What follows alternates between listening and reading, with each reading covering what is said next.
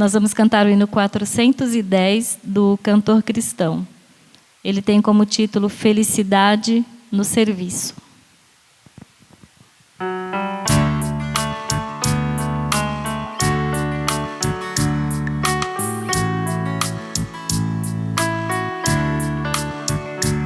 No serviço do meu rei eu sou feliz, satisfeito e abençoado,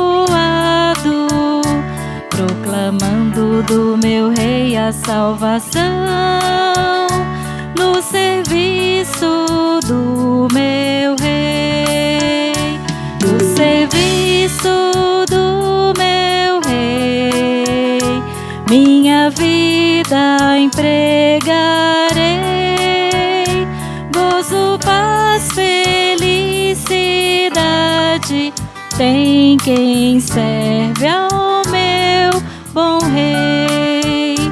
No serviço do meu rei eu sou feliz, obediente, corajoso, na tristeza ou na alegria sei sorrir. No serviço do meu rei, no serviço do meu rei, minha vida empregarei, gozo, paz, felicidade tem quem serve ao meu bom rei. No serviço do meu rei eu sou feliz, jubiloso e consagrado, ao seu lado desafio a todo mal.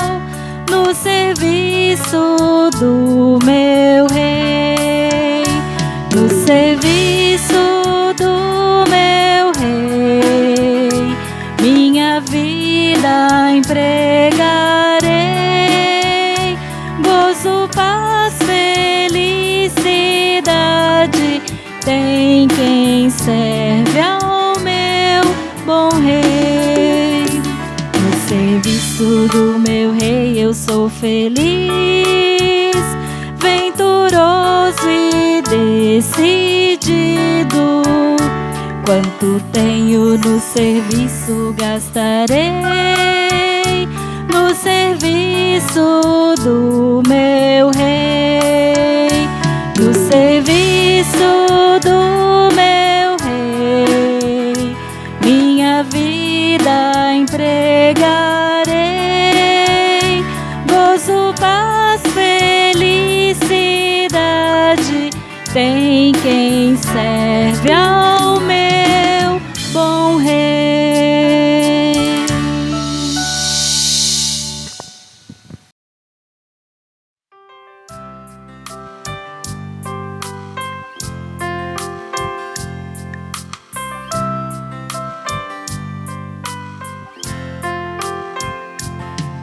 Não existe nada melhor do que ser amigo de Deus, caminhar seguro na luz, desfrutar do seu amor,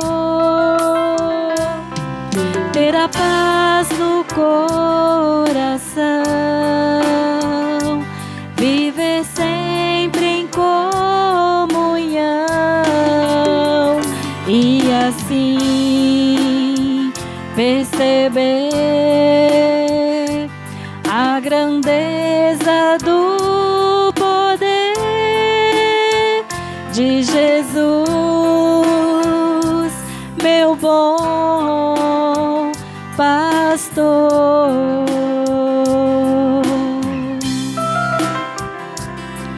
Não existe nada melhor do que ser amigo de Deus, caminhar seguro na luz, desfrutar do seu amor, coração, viver sempre em comunhão e assim perceber a grandeza do poder de Jesus, meu bom pastor.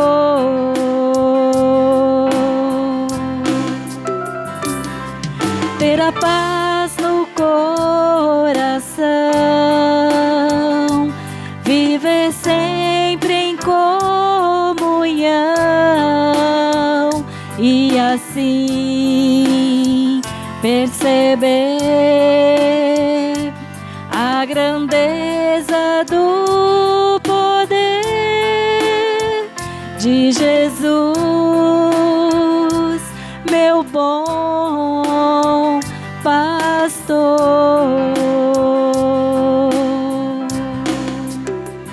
De Jesus, meu bom pastor.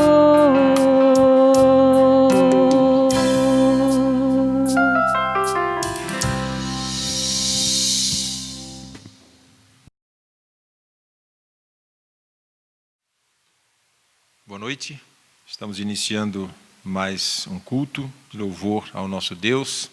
Convidamos você, a partir desse momento, a nos acompanhar na adoração e também no louvor. Já tivemos um período de cântico e agora vamos pensar e refletir um pouco na palavra de Deus. Antes de entrarmos no texto, no estudo da palavra, quero colocar para os irmãos e ouvintes um aviso muito importante. Nós estamos trabalhando já e com bastante cuidado, com bastante cautela para isso, e podemos anunciar aos irmãos, a partir do dia 15 de novembro, nós estaremos iniciando o nosso culto presencial. Então, já vão se preparando, nós vamos ter uma forma de fazer um controle melhor, nós vamos ter, dentro daquilo que nós estamos pensando, ter 40 pessoas, a possibilidade de termos aqui em torno de 40 pessoas, de maneira segura, que os irmãos possam se sentir seguros para o nosso culto e a nossa adoração. Já compramos o totem de álcool, já está aqui conosco, temos o medidor de temperatura também, o termômetro, e o tapete. O Juca fez aí uma correria, comprou tudo que a gente precisava, de maneira que nós estamos com todo o suporte pronto e nos sentindo assim, numa condição a mais favorável que nós temos até o momento. Então, o uso da máscara, isso vale a pena ser lembrado, não podemos esquecer. Então, é um momento de adaptação e nós estamos nos adaptando para termos aí o nosso culto presencial a partir do dia 15. Iniciaremos às 7 horas da noite. Então, há um consenso de iniciarmos o culto um pouquinho mais cedo, e isso é um consenso e eu acho que vai ser bom para todo mundo. Então, a partir das 19 horas, nós estaremos aí iniciando o nosso culto. Então, peço aos irmãos que orem e procurem cumprir aí o protocolo, nos ajudando a liderança também, para que a gente possa manter o distanciamento seguro. Os bancos vão ser marcados, a gente já está trabalhando para isso. Então, eu conto com essa colaboração dos irmãos e orem para que Deus nos ajude e que a gente possa logo ter uma solução para toda essa situação. Mas, por enquanto, iniciaremos assim os nossos cultos presenciais, retornaremos novamente a partir do dia 15 de novembro, ok? Dado este aviso, vamos orar e logo em seguida vamos para a reflexão da palavra de Deus. É ela quem norteia as nossas vidas, é ela que dirige as nossas vidas, é ela que é a fonte de instrução para as nossas vidas, e a aptidão da palavra de Deus na nossa vida é muito importante, porque a palavra de Deus, Timóteo escreve na sua segunda carta, 3,16, que ela é apta. E essa aptidão dela é para instruir, corrigir e colocarmos realmente diante de nós sabedoria para que nós possamos viver na presença de Deus e da melhor forma para agradarmos ao Senhor. Então, antes de entrarmos no texto, vamos orar agradecendo a Deus pelo dia, por essa oportunidade e por Ele permitir que nós estejamos mais uma vez podendo refletir na sua palavra e ter condições para isso. Deus, nós louvamos o teu nome e agradecemos ao Senhor por este dia. Agradecemos ao Senhor por essa oportunidade. Pedimos a tua direção, pedimos que o teu Espírito Santo possa abrir as nossas mentes, ó Deus, iluminando os nossos corações, as nossas mentes, para, ao ler a tua palavra, entender e extrair dela, Senhor, lições para as nossas vidas. Nos ajuda, Senhor, a ser praticantes da tua palavra e que o Senhor nos dê sabedoria num mundo tão difícil, tão conturbado, com tantas pessoas querendo administrar o ego. O Senhor nos dê humildade suficiente ao nos aproximarmos da tua palavra, entendendo a grandeza, entendendo a fonte de sabedoria. E nós, diante do Senhor, pedimos a tua misericórdia e nos dê entendimento para entender a tua palavra. Obrigado, Senhor, pela Bíblia, pela tua palavra escrita que temos diante de nós, traduzida para as nossas línguas, ó Deus, debaixo de muito custo, de muito sofrimento. Os teus servos do passado puderam traduzir a Bíblia para o português e para vários outros idiomas. Nós agradecemos ao Senhor por esta fonte de inspiração, vinda direto do Senhor para nós e traduzida de forma que nós possamos ler e entender na nossa própria língua. Muito obrigado, Deus, pelos teus servos que foram mártires ao tentar de todas as formas, ó Deus, com muita luta, muito esforço, traduzir a tua palavra, trazendo a linguagem acessível a nós. Muito obrigado, Senhor, por este momento e que o Senhor fale aos nossos corações. Em nome de Jesus que oramos. Amém. Irmãos, nós estamos estudando e lendo e também uma série de mensagens na carta de Paulo aos Colossenses, uma das cartas da prisão, como nós já dissemos aos irmãos. Então ela é conhecida de todos e é uma carta que traz muitos ensinamentos para nós. Essa igreja de Colossos viveu um período em que eles tinham uma influência muito grande de judaizantes, de pessoas gnósticos daquela época, que eram considerados como falsos profetas, que queriam colocar diante da igreja alguns princípios heréticos. Paulo fica sabendo disso através de Epáfras, que vai visitá-lo na prisão, e a carta nos dá informações bem claras disso. E ele, sendo pastor dessa igreja e fundador dela também, ele cuidava dessa igreja. E quando ele se vê em situação difícil por conta da influência desse novo tipo de heresia que apareceu na época, essa igreja foi bombardeada de todas as formas com ensinamentos heréticos, culto aos anjos, de certa forma, uma certa forma de ensinar aqueles irmãos se voltando para o gnosticismo, para o misticismo, culto aos anjos, as dietas, o guardar de dias, de luas, enfim, datas especiais para que isso realmente colocasse a pessoa mais próxima de Deus. E, entre outras questões, também algumas práticas do judaísmo que vinham desde a época da lei de Moisés. Então, os judeus influenciando de todos os tipos de forma a igreja de Colossos. E a heresia de Colossos, ela foi uma coisa assim tão notória que se tornou entre os estudiosos, e na época se falava sobre as heresias de Colossos, porque dessa igreja começou a partir para outras igrejas ali próximas, a igreja de Laodiceia, que é citado nessa carta também, e Herápolis também, que era ali próximo, e as outras igrejas vizinhas ali daquela região da Ásia. Então, uma doutrina errada e um ensinamento de heresia poderia contaminar não somente a igreja de Colossos e também outras igrejas vizinhas. E Paulo, então, sabendo disso, mesmo da prisão, ele escreve essa carta, que é uma das cartas da prisão, escreve Colossenses, Filipenses, Efésios e Filemão, são 4 cartas, né, as cartas da prisão, e ele vem com um grande teor aqui doutrinário para aquelas igrejas. Não somente para a igreja de Colossos, mas também para outras igrejas daquela região.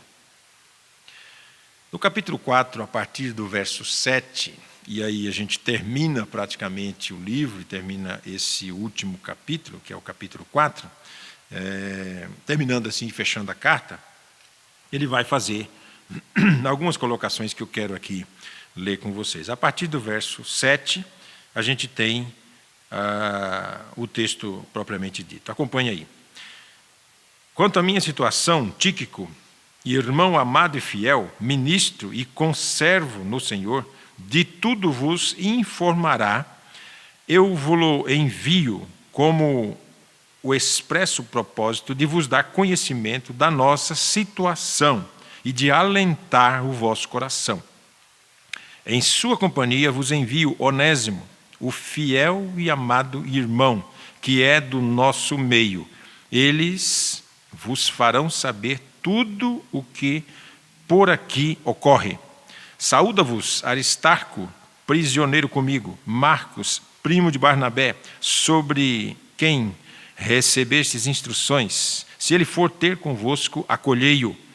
E Jesus, conhecido por justo, os quais são os únicos da circuncisão que cooperam pessoalmente comigo pelo reino de Deus. Eles têm sido o meu alinitivo.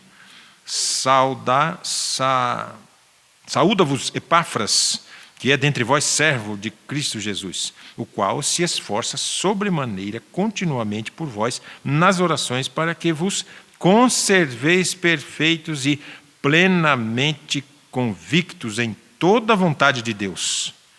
E dele dou testemunho de que muito se preocupa por vós, pelos de Laodiceia e pelos de Hierápolis. Saúda-vos Lucas, o médico amado, e também Demas. Saudai os irmãos de Laodiceia e Ninfa, e a igreja que ela hospeda em sua casa. E uma vez lida esta epístola perante vós, providenciai para que seja também lida na igreja dos laodicenses e dos de Laodiceia, lede-a igualmente perante vós. Também dos de Laodiceia, lede-a igualmente perante vós. É uma troca de carta. Vocês leem essa carta para os irmãos de Laodiceia e a carta que enviei a Laodiceia, vocês leiam aí para os irmãos também. Também dizei, verso 17, também dizei a Arquipo, atenta para o ministério que recebeste do Senhor, para o cumprires. A saudação é de próprio punho. Paulo, lembrai-vos das minhas algemas, a graça seja convosco. Amém?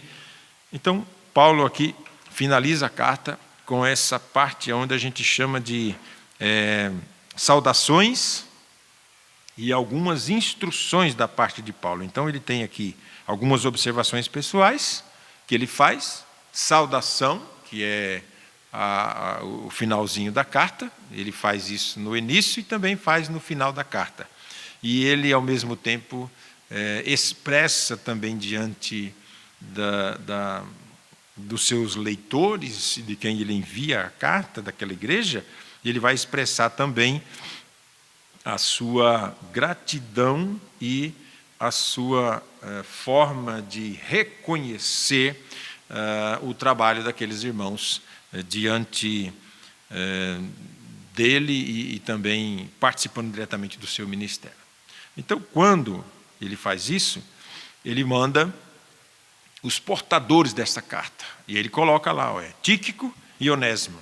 Esses dois irmãos estão levando essa carta, e eu quero dizer para vocês que eles são companheiros, eles são pessoas amigas, e eu estou enviando para vocês pessoas de confiança. O que a gente tem aqui? Vários nomes são citados aqui no finalzinho da carta, que é uma forma de agradecimento e gratidão da parte de Paulo, mas o que a gente percebe é que essas pessoas são envolvidas diretamente na liderança da igreja local. Então, Paulo está recomendando a eles que ouçam esses irmãos. E a Tíquico e Onésimo praticamente são os portadores dessa carta. Então, o que a gente entende? Quem era Tíquico? Era um companheiro de Paulo, citado em outras viagens e também em outras cartas de Paulo. E ele está sempre presente, e Paulo cita ele como uma pessoa muito amiga.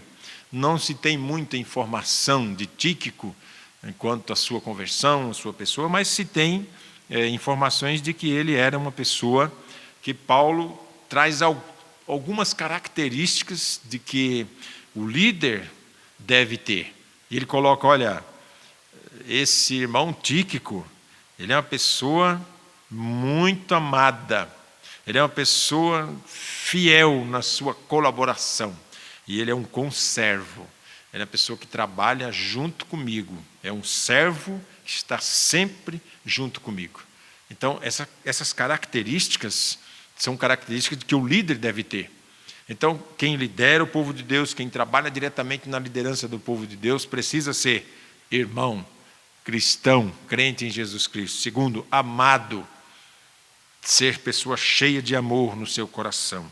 Terceiro, ser um colaborador fiel e conservo, aquela pessoa que trabalha. Ele colabora, ele contribui e ele se dá pelo trabalho. Então, Paulo está dizendo, eu estou mandando para vocês essa carta na mão de duas pessoas, Tíquico e Onésimo. Tíquico é o irmão amado, colaborador fiel e conservo. Ele está sempre junto, sempre que eu preciso. Então, o que Paulo está querendo dizer aqui? Irmãos, essa carta está indo para vocês na mão de gente de minha confiança, minha total confiança. Porque pessoa amada, fiel e servo, conservo, quer dizer, aquele que está junto para servir naquilo que for necessário. Então, verso 7, verso 8 e verso 9, Paulo vai tratar de quem é que está levando a carta e dá algumas características dessas pessoas. No caso de Tíquico, ele fala isso. No caso de Onésimo, Onésimo era aquele escravo que fugiu do seu senhor, que era Filemão, e ele vai para Roma. E quando chega em Roma, alguma situação acontece em que ele se encontra com Paulo, visita Paulo na prisão, ouve a mensagem do Evangelho através de Paulo e, ao se encontrar com Paulo ali e ouvir o Evangelho, ele se converte. Ele se converte, ele aceita o Senhor Jesus e ele é uma pessoa crente agora. Como ele era escravo e era fugitivo do seu senhor, provavelmente, como fugitivo, ele deu algum tipo de prejuízo para Onésimo. A gente não sabe direito que tipo de prejuízo foi esse, mas a fuga de um escravo, normalmente ele levava alguma coisa com ele, provavelmente Onésimo pegou alguma coisa do seu patrão e foi embora e fugiu de lá. Mas quando ele chega em Roma, ouve a mensagem do Evangelho através de Paulo, ele se converte. Esse é o poder do Evangelho, né? Ele se converteu ao Evangelho de Cristo. E quando ele se converte, Paulo passa a ajudar e a discipular ele de tal forma que fala, olha, agora você precisa voltar para o seu patrão, acertar a sua situação com ele lá, porque você é fugitivo, mas agora você é um cristão.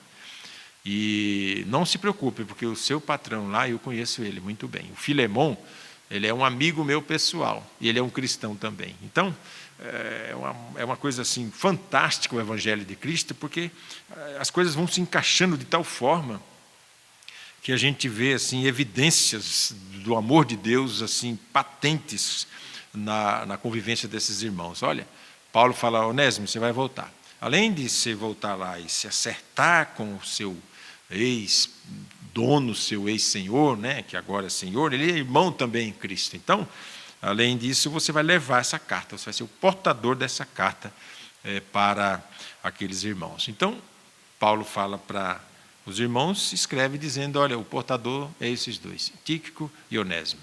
Tíquico é uma pessoa amada, uma pessoa fiel, um conservo, colaborador fiel, e Onésimo é aquele camarada que era fugitivo, estou mandando ele de volta, e ele coloca isso na carta de Filemão, lá onde Paulo fala assim, olha, recebe ele aí, viu? Filemão, receba Onésimo. Onésimo é muito útil para mim aqui e vai ser muito útil para você aí. E se ele dever alguma coisa para você, você põe na minha conta que eu vou pagar. Na verdade, você já me deve algumas coisas e aí eu até poderia pedir para você e nem pedir, mandar, mas eu vou pedir, né? E aí você recebe aí Onésimo, porque agora ele é útil demais para você, porque ele é muito útil aqui para mim também, e agora, além de ser um escravo, ele é um servo de Deus, ele é um cristão também, e ele é seu irmão em Cristo também. Ele está levando essa carta, e ele é a pessoa também de minha confiança. Interessante que Onésimo, quando ele se converte, ele quer consertar a situação, ele quer consertar a sua vida. E ele, de fato, obedece a Paulo e volta lá para falar com o seu Senhor e ter esse relacionamento restabelecido com Filemon. Mas o objetivo principal de Paulo mandar essa carta por esses dois irmãos é, além de corrigir aqueles erros doutrinários, as heresias que lá estavam, o cuidado que Paulo tinha com a saúde da igreja, a saúde espiritual da igreja, para a igreja fosse uma igreja saudável, ele também tem um outro pensamento e um outro objetivo que está aí no texto, que ele vai dizer isso no verso 9. Ele vai em sua companhia. Eu estou enviando Onésimo. Ele é do vosso meio, vocês conhecem ele. E eles vos farão saber tudo o que acontece por aqui. Tudo está acontecendo aqui. Mas para que eles precisam ter essa informação, e essa informação ser verdadeira, e essa informação ser bem transparente? Está no verso 8. Olha, o propósito de vos dar conhecimento da nossa situação aqui é alentar o vosso coração. Então, qual era o propósito da carta?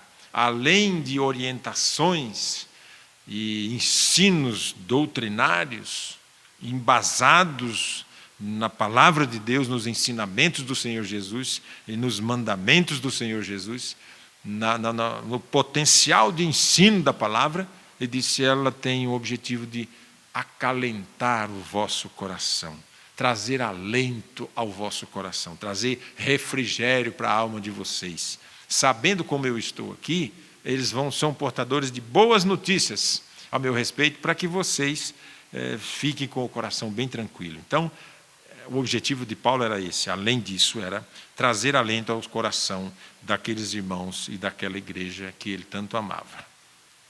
A partir daí, ele vai continuar. E Onésimo, que era esse escravo fugitivo, ele também vai com o objetivo de ser reconciliado com o seu Senhor. E qual é a observação?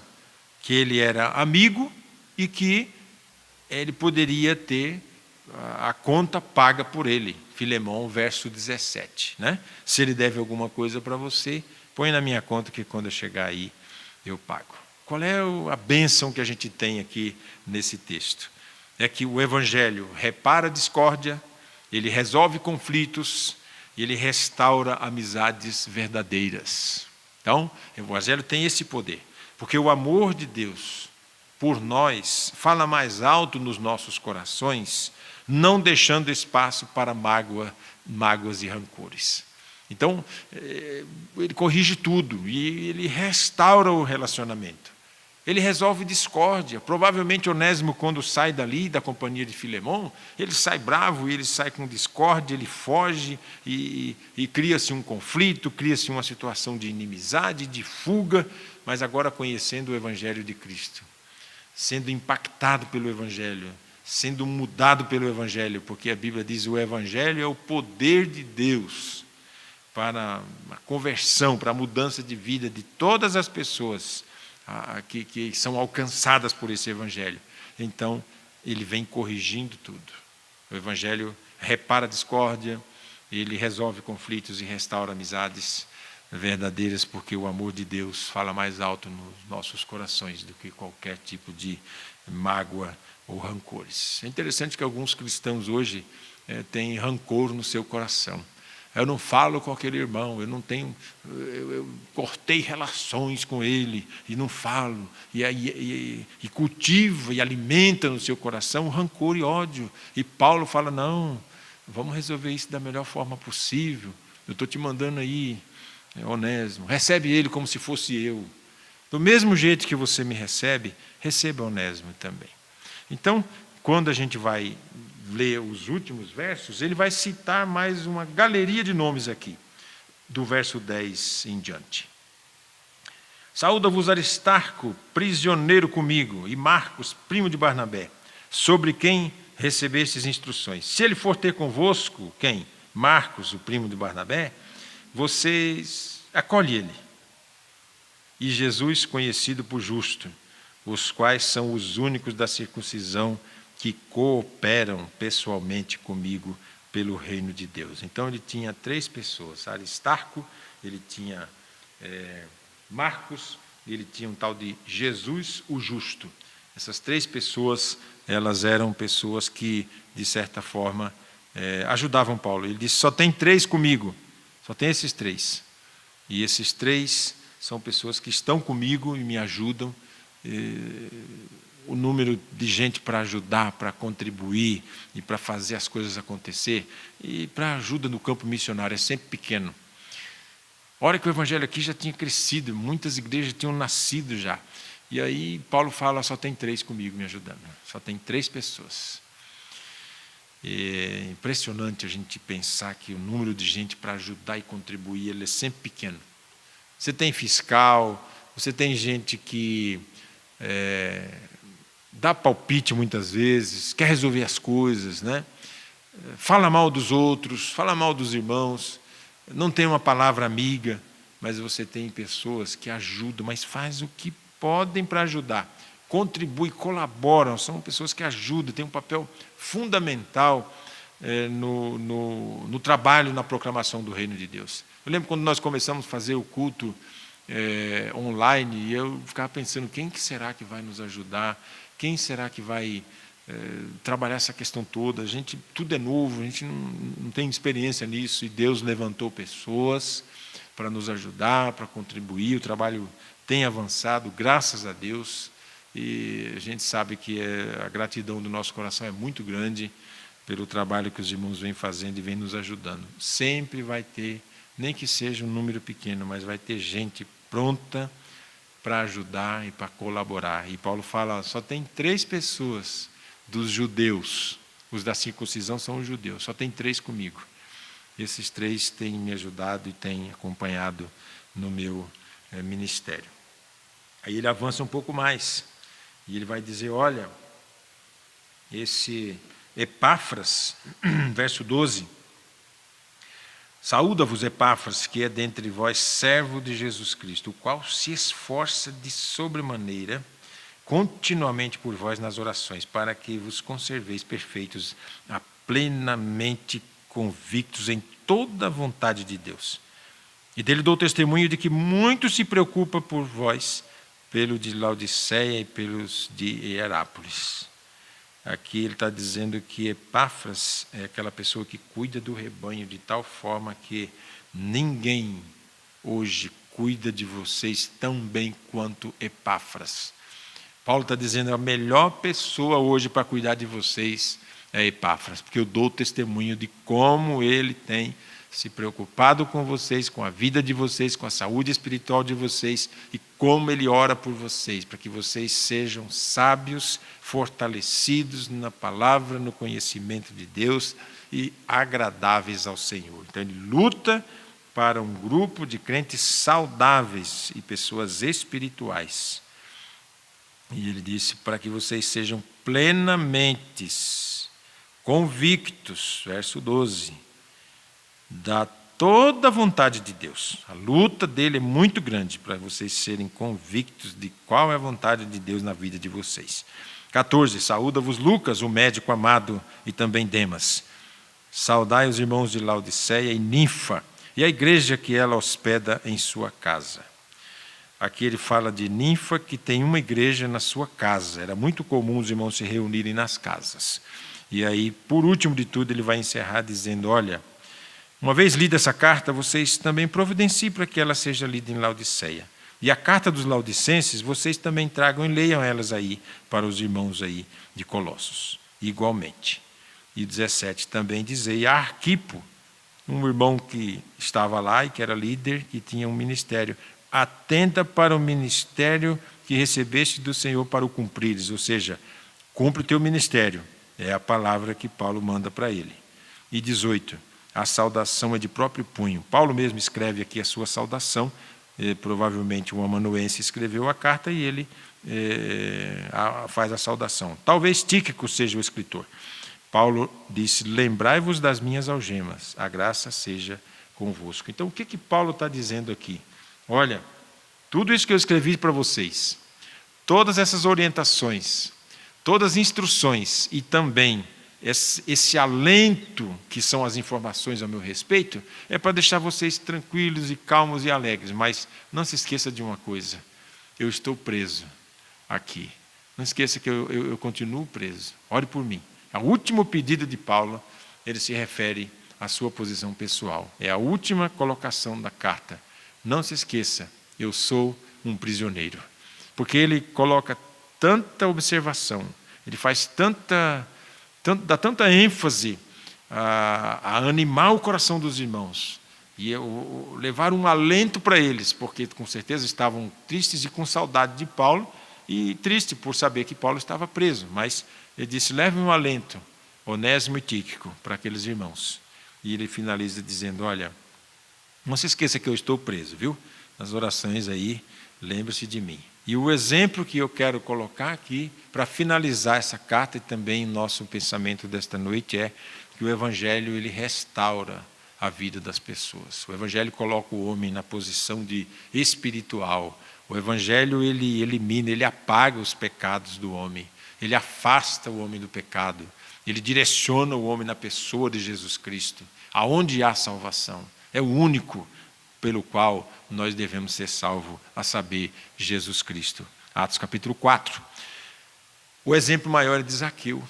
Veja que o Senhor Jesus entra na casa de Zaqueu, vai conversar com Zaqueu. Lucas 19 está lá esse relato. E num determinado momento da conversa, depois de Zaqueu ser encontrado naquela árvore, Jesus no meio da multidão, Jesus chamar Zaqueu pelo nome, desce depressa, eu vou pousar na tua casa, eu vou lá na sua casa, Zaqueu. Zaqueu era uma pessoa sem amizade, sem amigo, totalmente excluído da sociedade. Jesus vai para a casa dele, senta, conversa, nós não sabemos o teor da conversa, mas em algum momento da conversa, Zaqueu fala assim, olha, eu queria dizer uma coisa para o Senhor. Se de alguma coisa aí eu defraudei alguém, eu peguei o que não era meu, eu fui injusto em cobrança, eu vou devolver para essas pessoas, eu vou devolver 4 vezes mais.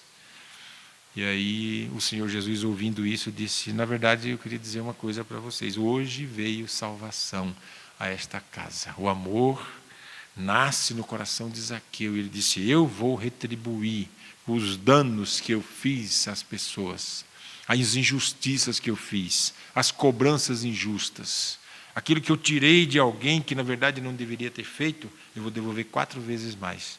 Eu vou, de certa forma, compensar o prejuízo que eu dei a essas pessoas. O Evangelho de Cristo, ele muda o coração da pessoa, ele muda as atitudes da pessoa, ele muda a forma da pessoa olhar para o seu semelhante, e ele repara danos que ficam lá para trás. Ele volta lá para reparar esses danos. O Evangelho de Cristo é restaurador, ele muda a vida das pessoas. Por isso Paulo vai dizer isso em Romanos capítulo 1. Eu não me envergonho do Evangelho, porque ele é o poder de Deus para a salvação de todo o que crê. E aí não tem distinção, tanto judeu como grego, qualquer pessoa de qualquer raça, de qualquer etnia, de qualquer lugar do mundo. Aí você tem uma série de pessoas, todas elas de lugares diferentes. Pessoas diferentes, de cultura diferente, tem escravo, tem outra pessoa que você não conhece, tem pessoa que hospeda a igreja na sua casa, e todos eles contribuindo para o reino de Deus. Deus nos abençoe, Deus nos ajude, que nós possamos entender a importância de sermos cristãos e de vivermos em união e reconhecer com gratidão os benefícios e também a cooperação dos irmãos no Evangelho de Cristo. Deus nos abençoe e uma ótima semana a todos.